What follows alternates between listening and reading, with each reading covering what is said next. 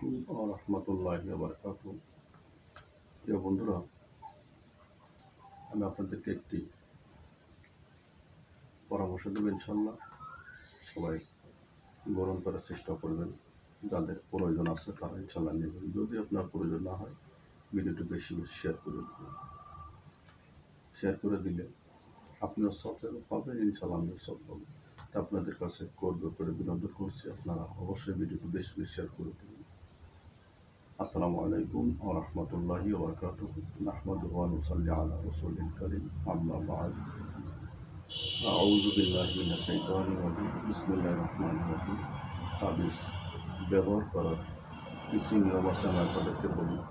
প্রথম যে কিতাব থেকে বলি, পরম করুণাময় আল্লাহ তাআলাই সকল বিপদ আপদে একমাত্র মুক্তিদাতা। তাবিজ ও আমল ও সৎপথ সব ওসিলা মাত্র, ইহা সর্বদা মনে রাখিতে হইবে। 2 নম্বর, নাবালেগ বা অল্প বয়স্ক ব্যক্তি কাহাকেও তাবিজ দিলে কামেল উস্তাদের ইজাজত লইয়া দিবে। কিছু লোকগণ কামেল পীরের বা উপযুক্ত হইলে স্বামীর অনুমতি ব্যতীত কাহাকেও তদবির দিবে না। 4 নম্বর, তরিকতপন্থী ছাড়া যাহারাই তাবিজ দ্বারা অন্যকে তদবির দিতে ইচ্ছা করেন, তাহারা পীরে কামেলের ইজাজত লইয়া করিবেন। 5 নম্বর, পীরে কামেলের ইজাজত ব্যতীত কেহ কোনো আমল করিবেন। বিনা অজুতে আয়াতে তাবিজাদি লিখিবে না। 7 নম্বর, যাহারা হুক্কা, বিড়ি, সিগারেট ইত্যাদি পান করেন কিংবা দাড়ি মুন্ডন করেন, আমলিয়ত দ্বারা তাহারা কোনো প্রকার ফায়দা পাওয়া কঠিন।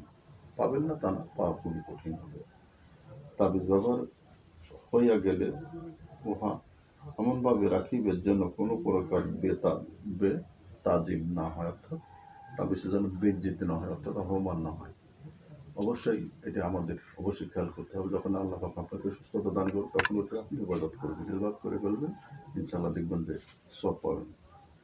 আপনাদেরকে যে তাবিজটি দিব, যাদের কপালে মাথা ব্যথা আছে, অর্থাৎ মাথার এক পাশ, এপাশ ও পাশ অথবা মাঝখানে পিছন যে কোনো সাইডে যদি ব্যথা পায়, খুব যন্ত্রণা করে, তাবিজ কবচ অনেক কিছু আপনি বাদ দেন না, সব কিছু ওষুধপাতি খাওয়াতে কিন্তু মাথায় যন্ত্রণা করবেন। আমি আপনাদেরকে বললাম, এই তাবিজটি দিলাম, ইনশাআল্লাহ নিন, ব্যবহার করেন, ইনশাআল্লাহ সুস্থ থাকবেন। ইনশাআল্লাহ আমি আপনাদেরকে বলে দিচ্ছি, তাবিজটি বলে দিচ্ছি। কপালে মাথা ব্যথার তদবির, মাথা ব্যথার স্থানে নিম্নোক্ত আয়াত লিখিয়া বাঁধিয়া দিবেন।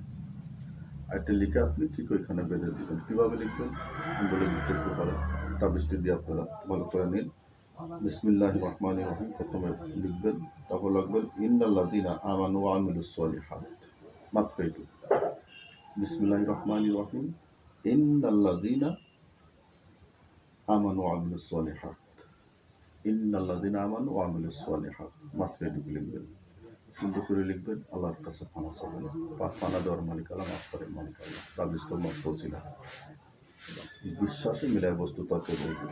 ভিডিওটা আপনারা বেশি শেয়ার করে দেবেন। ইনশাআল্লাহ যদি দুটো ভুল হয় কমেন্ট করবেন। আমি আপনাদেরকে সেটা তাবিজটি দেখা দিচ্ছি, আপনারা ভালো করে দেখুন। বিসমিল্লাহির রহমানির রহিম, ইন্নাল্লাযীনা আমানু ওয়া আমিলুস সলিহাত। দেখুন, ভিডিওটি বেশি বেশি শেয়ার